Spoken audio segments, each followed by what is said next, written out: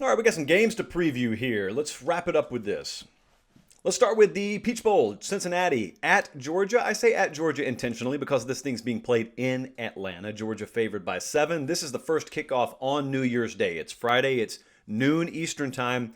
This one, a lot of people are looking forward to for a lot of different reasons. Cincinnati, it's the usual disrespect slash Super Bowl mentality. So the question always becomes, okay, well, how up is the big Power 5 team going to be? It always sounds like an excuse, but yet it's just reality. Georgia did not set out in the preseason to play in the Peach Bowl. They didn't. But yet they're there. And it's in their backyard. So you better show up. Because there are a lot of places you can look bad at. Atlanta, Georgia, as the University of Georgia, not one of them. That's not where you want to be. So you always watch for the physicality. Cincinnati is known for defense. It's the hallmark of their identity. They have come on offensively, and their defense gave them time to do that this year. But defensively, I'm very interested to see just physically how they match up with Georgia. Because I remember earlier in the year, and I'm not comparing these teams at all. Certainly not. But I remember early in the year, there were two instances where Tennessee and Auburn played Georgia. And the thought was, okay, physically they can match up. And neither time did the other side physically match up. Georgia's offensive line and Georgia's overall offensive physicality wore those teams down. Now, Cincinnati is a different caliber team this year than Auburn and Tennessee were. But it still remains to be seen whether the overall physicality, the lean on ability, in other words, for Georgia, is there. The opposite side of things, though, is to me where it gets really interesting. Cincinnati, defensively, they got 15 interceptions this year. They've been really good at taking the ball away. And so you would think to yourself, all right, Georgia still figuring some things out offensively. JT Daniels is in at quarterback. He's played a few games, but yet you got a little bit of off time between the last time they've played and a bowl game. Like maybe there's some rust there. So maybe the hinges are a little squeaky and the passing game's not exactly crisp. And Cincinnati benefits from a few takeaways, and that's how they end up winning this game. That could happen.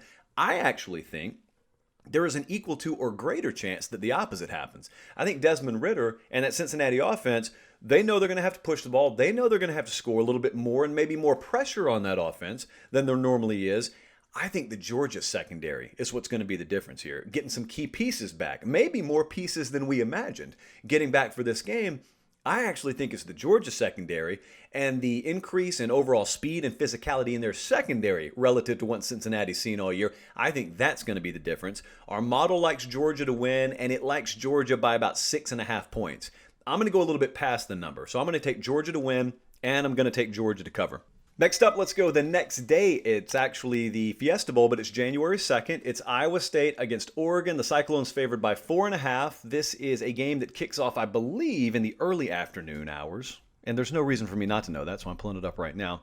Yeah, that game is set for 4 p.m., so a little bit later than early afternoon. 4 p.m. Eastern time. It's Oregon, Iowa State. So I want you to think about this for a second. Iowa State favored by 4.5. I actually really like Iowa State in this game. Now, I really like Iowa State, period. You understand the bias implied here. However, even if I were neutral, I'd probably take Iowa State here.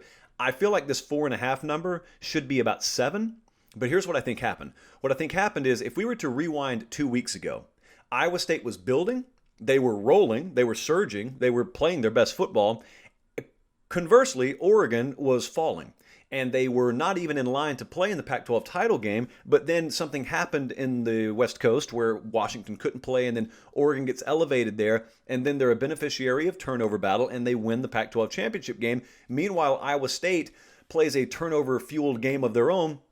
They're on the wrong side of it, and they lose to Oklahoma. And as a result, I think we have a combination of Iowa State falling and Oregon rising, and they meet at this 4.5 point number. I actually like Iowa State to win the game, and I like them to cover and win the game for a couple of reasons here. Number one, just as we loved Oregon in the Pac-12 championship game because of the misread in the point spread when it came to turnovers, USC had been plus all year, Oregon had been minus all year, and we just thought it was going to turn in that game, and it did. I think a lot of this point spread is based on the same thing. There were some egregious turnover mistakes made at the hands of Iowa State against Oklahoma. And yet Oklahoma still only won the game by 6. I think there were -3 turnovers, Iowa State, and they still lost by 6. That's not normal. If you're -3 turnovers in a championship game, you normally lose by double digits. And secondly, Oregon ended up doing the same thing inversely against USC. Well, I say all that to say this.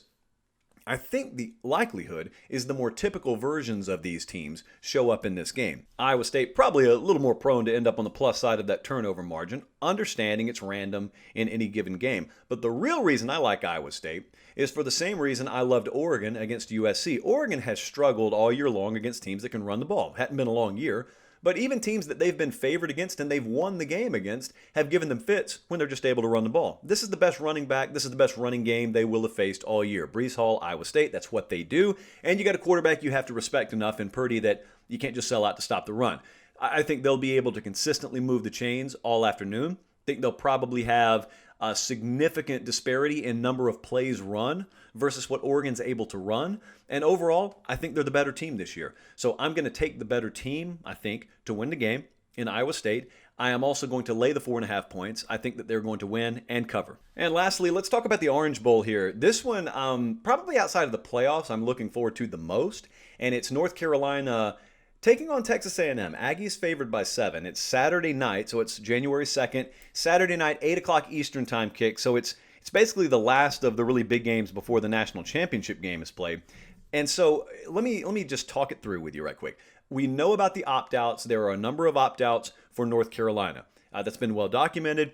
Also well documented was the fact that they ran for like half a mile on Miami the last time you saw them. I mean, the numbers were staggering. I don't ever think Michael Carter had 24 carries for 308 yards just by himself. And then Javonte Williams carried it 23 times for 236 yards. So both of those guys, they averaged 12.8 and 10.3 yards per carry, respectively. That's insanity. Some teams can't run that well against air, and yet North Carolina did it against a living, breathing, 11-bodied defensive football team in Miami. I don't think that's going to be the case against Texas A&M. So here's the problem. That kind of stuff, it almost reaches a break point where you throw it out. For your future predictability purposes, you should not view that game as a game where North Carolina ran for over 500 yards. What you should do is you should have a cutoff point where let's just say they ran for 300 yards, which is a dominant rushing performance. But after that, cut off the other yards, because what it does is it skews your models in the future, because you were basically running against a dead body. I mean, there was no resistance. And so you're never going to face that. You're not going to face that against Texas A&M. So you can get really warped in your expectation if you don't understand how to calibrate your model. I don't think they're going to have, obviously, nearly that much success running against Texas A&M. But if they don't, what's their backup? What if all of a sudden, early on, they cannot find traction in the run game? And what I think they'll do, because I don't believe that Mac Brown is foolish enough to think he can just run right down the throat of Texas A&M. They don't have to, though. A lot of the runs will be either quick screens or perimeter, speed sweep, stuff like that. They'll find a way to manufacture something in the run game. I don't think that physicality is going to be nearly in the edge of North Carolina to the degree that it needs to be to win this. And I also think Texas A&M is not in that classical letdown spot of a team that expected or wanted to make the playoff but then didn't. I don't think that's the case here. There are tiers of motivation, and just reading the pulse, getting the sense of Texas A&M, I think there is plenty of motivation here, because I think they've got a lot to build towards. And I think a lot of folks in that program feel that. I don't think at all you're going to see any kind of mailed-in performance here. So I like the Aggies to win, and I actually like the Aggies to cover. And I know I just took 3 favorites in bowl season, and that's historically dangerous. I got to go with what the model tells me. So give me the Aggies to win and give me the Aggies to cover.